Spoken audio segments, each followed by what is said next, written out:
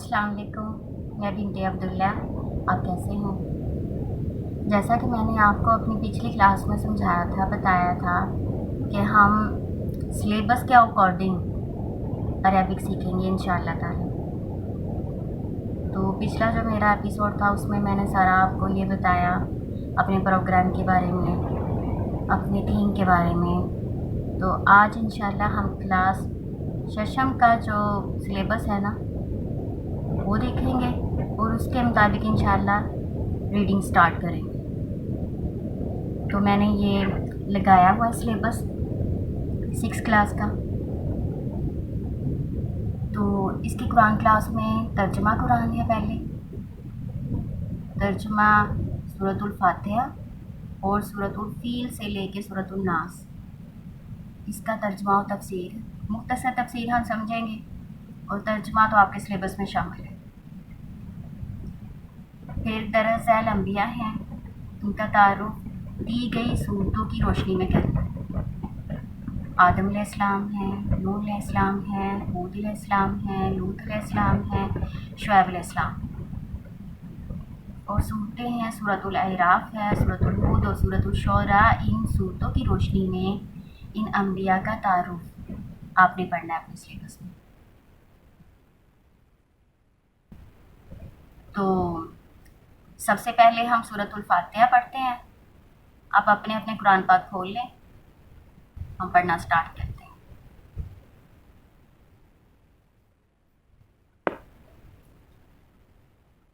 جی، تو آپ نے قرآن پاک کھول لی ہے۔ تو سب سے پہلے سورۃ الفاتحہ کا ہم مختصر تعارف کر لیتے ہیں، اس کے بعد ہم اس کا ترجمہ سٹارٹ کرتے ہیں۔ سورۃ الفاتحہ، سورۃ الفاتحہ کے فاتحہ کے علاوہ اور بھی کئی نام ہیں۔ اس کو ام القرآن بھی کہتے ہیں، اس کو شفا بھی کہتے ہیں، یہ رقیہ بھی ہے، اس کو صلات بھی کہتے ہیں، اس کو ام القرآن بھی کہتے ہیں، اس کو سبع مثانی بھی کہتے ہیں۔ اس کو صلات اس لیے کہتے ہیں کہ اس کے پڑھے بغیر نماز نہیں ہوتی۔ آپ صلی اللہ علیہ وسلم کی ایک حدیث ہے، لا صلاۃ لمن لم یقرأ بسورۃ الفاتحہ، جو سورۃ الفاتحہ نہیں پڑھتا اس کی نماز نہیں ہے۔ تو یہ تو اس کا کچھ تعارف ہو گیا اور سورۃ الفاتحہ کے نام ہو گئے۔ اب ہم سٹارٹ کرتے ہیں اعوذ باللہ سے۔ اعوذ باللہ پڑھنی بہت ضروری ہے، جب بھی قرآن پاک پڑھیں تو اعوذ باللہ پڑھیں۔ اس کا آپ صلی اللہ تعالیٰ نے ہمیں قرآن پاک میں اس کا حکم دیا، تو یہ اعوذ باللہ پڑھنی فرض ہے۔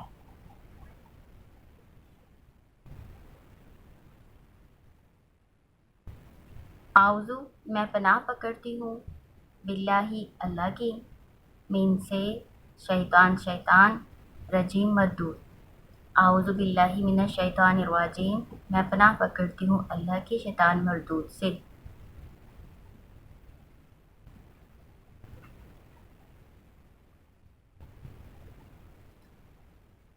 بسم اللہ الرحمن الرحیم، بی کا مطلب ساتھ ہوتا ہے، اسم نام کو کہتے ہیں۔ اللہ، بسم اللہ، اللہ کے نام کے ساتھ، الرحمن جو بڑا مہربان، رحیم بہت رحم کرنے والا ہے۔ جیسا کہ میں نے آپ کو بتایا کہ اعوذ باللہ پڑھنی قرآن پاک سے پہلے فرض ہے، اس کو ضرور پڑھنا ہے۔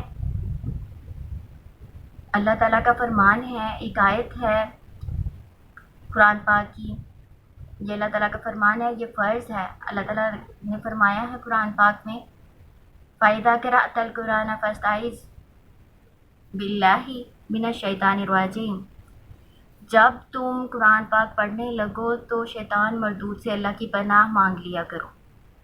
اور بسم اللہ کے بارے میں حدیث مبارکہ ہے، آپ صلی اللہ علیہ وسلم نے فرمایا، ہر وہ کام جس کے شروع میں اللہ کا نام نہیں لیا جاتا برکت سے خالی ہوتا ہے۔ تو جب بھی آپ نے تلاوت شروع کرنی ہے، پڑھنا سٹارٹ کرنا ہے، تو اعوذ باللہ اور اس کے بعد بسم اللہ پڑھنی ہے ضرور۔ چلیں جی، اب سورۃ الفاتحہ پڑھنی شروع کرتے ہیں۔ الحمد حمد کہتے ہیں تعریف کو، شکر کو بھی کہتے ہیں کہ یہاں پہ تعریف ہے۔ اب اس کے شروع میں الف لام لگا ہوا ہے، الف لام لگا تو حمد اسم معرفہ ہو گیا۔ الف لام معرفہ لگانے کے لیے آیا ہوا ہے۔ جب بھی کسی چیز کو خاص بنانا ہوتا ہے تو الف لام لگا دیتے ہیں اس کے شروع میں، یعنی یہ خاص تعریف ہے جو اللہ تعالیٰ کے لیے خاص ہے۔ اللہ کے علاوہ اور کسی کے لیے ایسی تعریف نہیں ہے جو اللہ کے لیے ہے، اس لیے اس حمد کے شروع میں الف لام لگایا ہوا ہے۔ للہ، للہ، للہ لام کا مطلب لیے کے لیے ہوتا ہے، اللہ اللہ اللہ کے لیے۔ تمام تعریفیں، تمام خاص تعریفیں للہ اللہ کے لیے ہیں، رب العالمین جو تمام جہانوں کا پالنے والا ہے۔ اب رب کیا ہوتا ہے؟ رب پالنے والا، مالک، عالمین، عالم کس کو کہتے ہیں؟ عالمین عالم کی جمع ہے، عالم دنیا کو کہتے ہیں۔ تو رب کا مطلب ہوتا ہے پالنے والا۔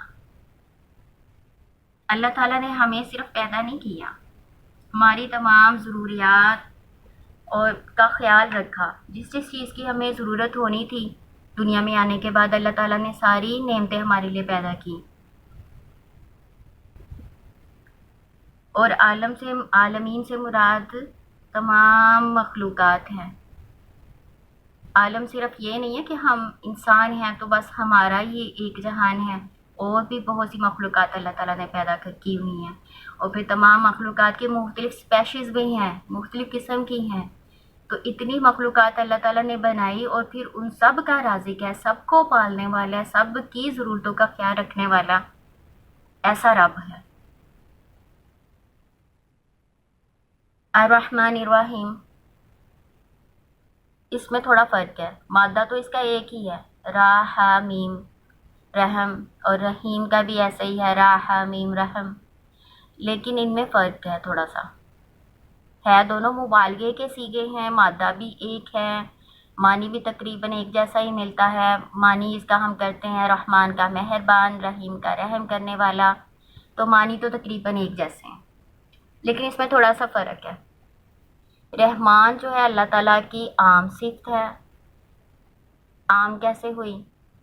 عام اس لحاظ سے کہ اللہ تعالیٰ سب پر مہربان ہے دنیا میں اللہ کسی کے فاسق ہونے کے بنا پر، کسی کے فاجر ہونے کی بنا پر، کسی کے کافر ہونے کی بنا پر، کسی کے گنہگار ہونے کی بنا پر اپنا رزق، اپنی نعمتیں اس سے روکتا نہیں ہے۔ اللہ تعالیٰ سب کو اپنی نعمتیں اسی طرح عطا فرماتے ہیں۔ یہ اللہ تعالیٰ کی رحمان عام صفت ہے۔ اور رحیم یہ اللہ تعالیٰ کی خاص صفت ہے، اور یہ آخرت کے لیے ہے۔ رحمان دنیا کے لیے، یعنی اللہ تعالیٰ اپنی نعمتیں کسی سے بھی نہیں روکتا، سب کو ایک جیسی نعمتیں عطا فرماتا ہے، سب کی رزق کا انتظام کرتا ہے، سب کی دعاؤں کو سنتا ہے، سب کی حاجتوں کو پورا کرتا ہے، سب کی ضرورتوں کو پورا کرتا ہے۔ رحیم اللہ تعالیٰ کی خاص صفت ہے، یعنی آخرت میں اللہ تعالیٰ صرف مومنوں مسلمانوں پر رحم کریں گے، جو کافر و فاجر جو گنہگار ہیں ان کو سزا دی جانی ہے۔ تو یہ فرق ہے، رحمان اللہ تعالیٰ کی عام صفت ہے، دنیا میں اللہ تعالیٰ سب پر مہربان ہے، اور رحیم اللہ تعالیٰ کی خاص صفت ہے، اور یہ آخرت میں ہوگا۔